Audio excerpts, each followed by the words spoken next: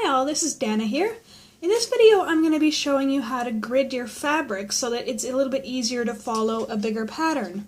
There's lots of reasons why you would want to grid your fabric. I will show you, I'll pick this up here in a minute. And in my pattern here, the one I've been talking about recently, you can see that I've gridded the fabric. And the reason being, this is actually a really big piece. This will be 14 inches by 20 inches once it's finished.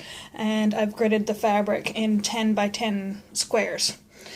So what I'm going to be doing is actually showing you how to grid the fabric. For some people, they've never really done it before, so they're not really sure what options are available to them.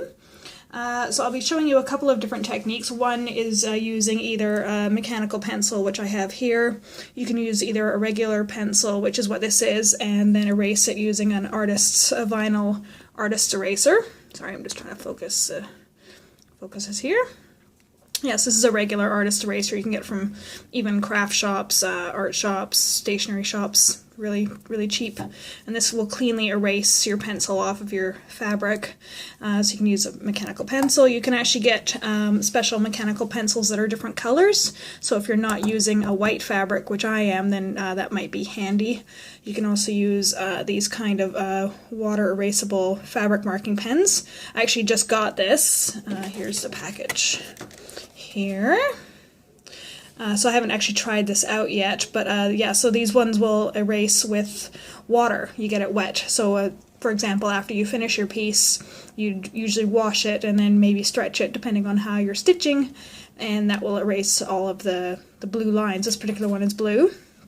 I would double check it and make sure that it will erase before you mark out your whole fabric, just in case there's, especially if you're using a hand-dyed fabric, I would really double check that. But usually for the pre-manufactured, this is a 14 count Aida fabric, should be fine, but I would double check it just to be on the safe side.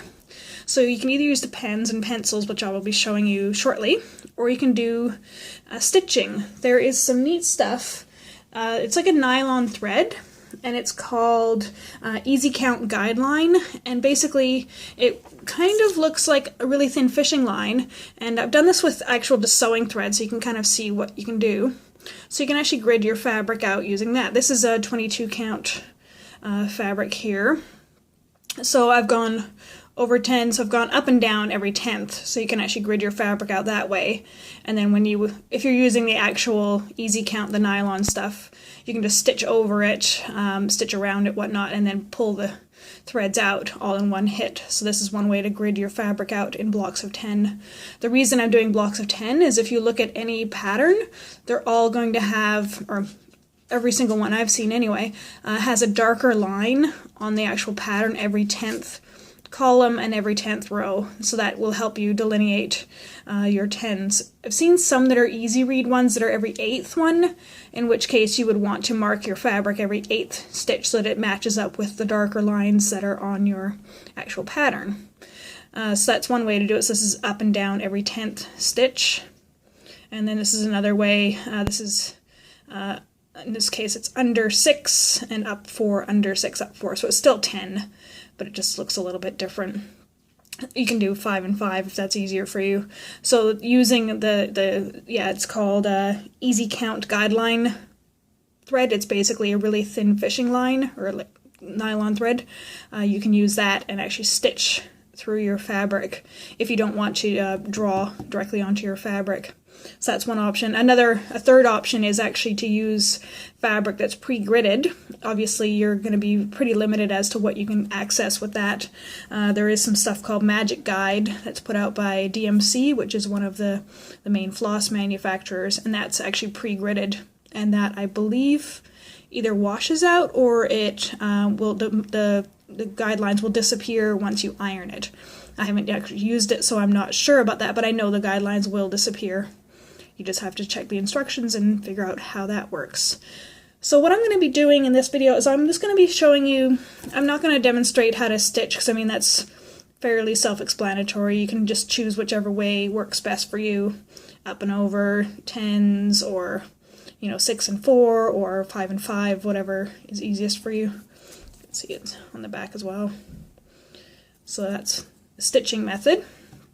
I'm just going to quickly demonstrate the drawing method.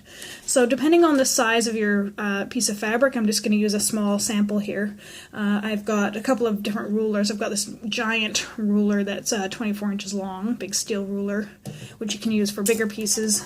In this case, I'm going to use my smaller steel ruler, which is only 12 inches long or 30 centimeters long. So what I'm going to do, and one thing I will say, gridding your fabric does take some time. You do have to be really accurate because obviously you don't want to make mistakes because that's going to translate into mistakes when you're stitching. But this will take some time.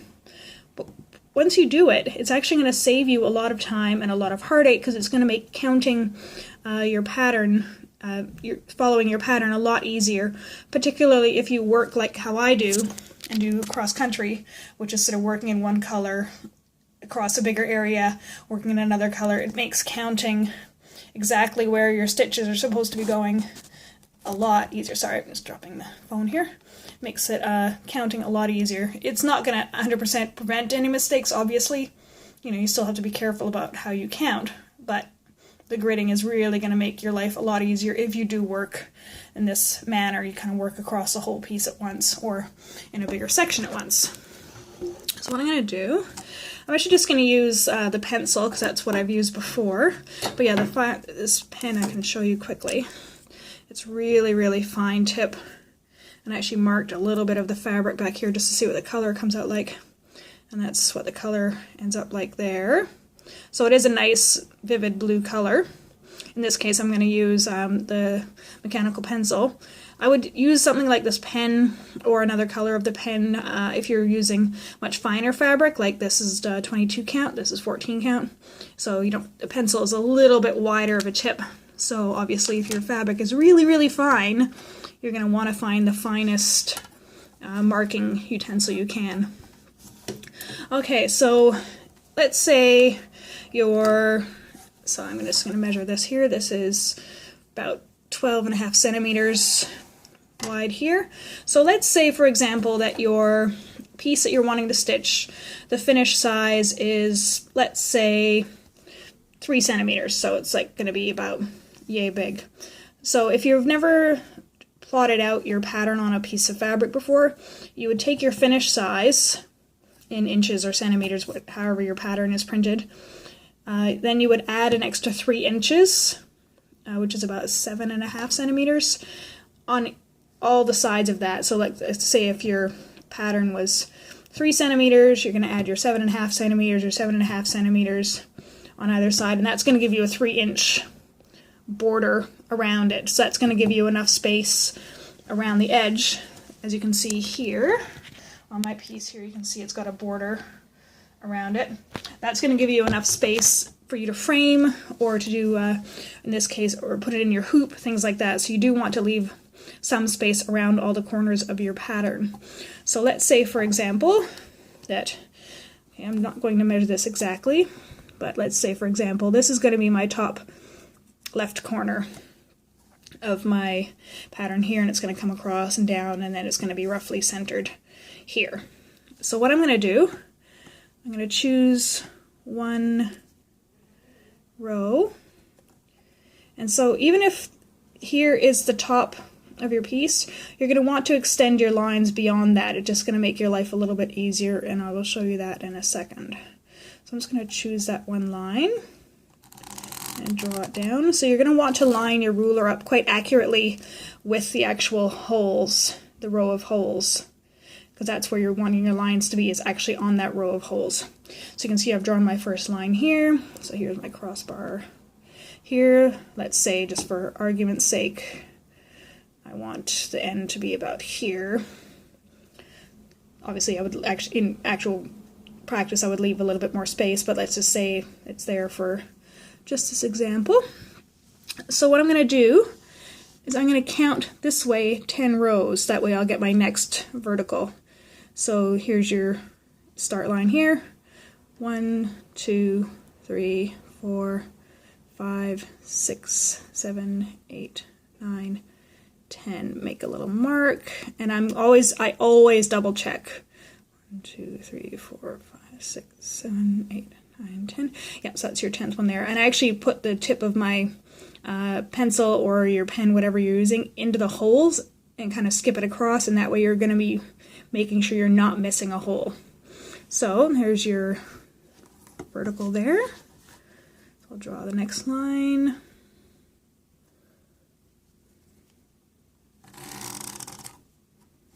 So I like using the mechanical pencil.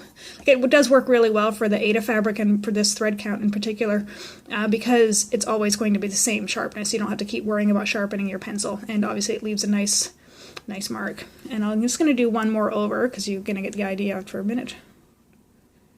5, 6, 7, 8, 9, 10. Mark it. Double check. 1, 2, 3, 4. Okay, yeah. And the good thing about this is once you find just that little bit of the row, then you literally just line up the edge of your ruler along that row of holes, and you're guaranteed to be on the same row all the way down. So like I said, if you are using a bigger piece of fabric, you can use a shorter ruler and then just keep joining it up, but there is a small chance that you might make a mistake unless you kind of overlap your lines a lot, like say do that, like that, and then keep going down that way. So I actually use a bigger ruler for that if I'm going to be using a much bigger piece. Alright, so the horizontal one. So I've already decided that this is going to be my upper left corner of my pattern. So this works whether it's a full coverage piece or whether it's just going to say be a motif or something that's centered in the middle. You can still do it this way, and that way your pattern is going to be centered on your fabric. Most of my pieces I've been doing recently are full coverage. Okay, so it's a little bit hard to see with the angle of the camera. I'm going to try and move that a little bit closer so you can see it. But you'll see it once I draw it. So again, extending my line a bit beyond the beginning and out. Alright, so same thing, exactly the same thing. You're just counting 1, 2, 5, 6, 7, 8, 9, 10. Double check. Yeah. Okay, so again, you line up your ruler along this time the horizontal row of holes, and draw. So there you go. So it is important to be quite as accurate as possible because you don't want your line to accidentally start crossing into the center of, say, especially the Aida fabric. You can see how, sorry, I'm just going to zoom this in a little bit. You can see how in the Aida fabric there is a fair amount of sort of thread in the middle. So you definitely want to try to be as accurate as you can because you don't want your line accidentally starting to wander into the middle of the group of threads, because then you're not going to be sure whether your grid line is on this side of that or on this side. So that's why it's really important to have like a sharp pencil or a mechanical pencil or the fine tip pen like I showed you before. And that way you're going to be pretty much guaranteed that your lines are going to be really, really clean, and you're actually going to always know where they are. So that's pretty much how you do the gridding. If you want to keep going down, so for, say my end point is here, I'd count down 10, mark it again, count down 10, mark it again. You can obviously do this based off of your pattern. So like, let's say it was just I'm just going to draw a little flower here. Let's say you have a little flower here, and let's say your pattern is your flower and it's already got the grid lines on the pattern. You're going to want to make sure that you have, so let's say it's 30 by 30. You're going to want to make sure you have 30 by 30 so that you have space for your pattern to be translated onto your actual fabric. And like I said, these artist erasers are really, really good. Ironically, these are actually really good for a lot of things. A lot of people don't know much about them, but they're actually designed to not smudge and smear, which is why they're called artist erasers. They're just a white vinyl. But you can actually clean metals and like military metals, any kind of metal or anything that's tarnished. You can actually rub the tarnish off with this, which is really cool. So you don't have to use a metal polish or anything like that. So I'll just erase.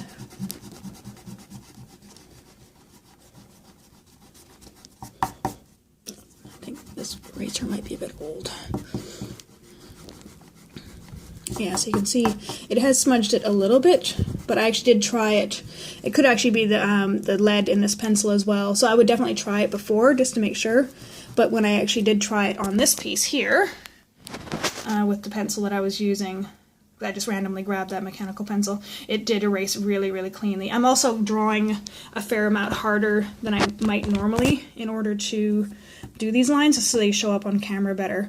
But yeah, so I would draw them quite as faintly as you can, but so you can still see them. You can see actually in my actual piece here, you can see them, but they're not crazy visible. I did try to draw them just enough so that you can see them without making them too dark.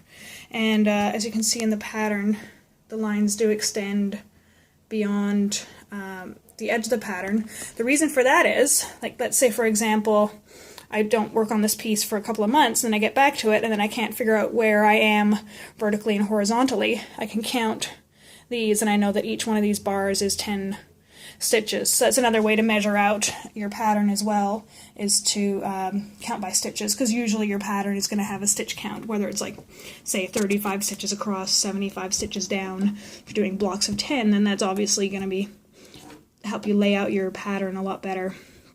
Yeah, so that's pretty much it for now. If you have any questions, please feel free to let me know. Like I said, this isn't erasing as cleanly just because I didn't test this pencil before. I think the leads in this are probably a little bit too dark, because like you can get different densities of pencil lead. If you're using something like this marker here, obviously that's going to work exactly how it's supposed to because it's designed to be washed away with water. I just used a pencil lead because that was all I had before I got this pen, and like I said, I did test it on my other piece and it works just well. I think it's just probably the pencil lead is a little dark, and I was pushing quite hard into the fabric to make sure it's visible. So yeah, that's all I have for you. If you have any questions or anything, please feel free to let me know, and I will talk to you next time. Bye for now.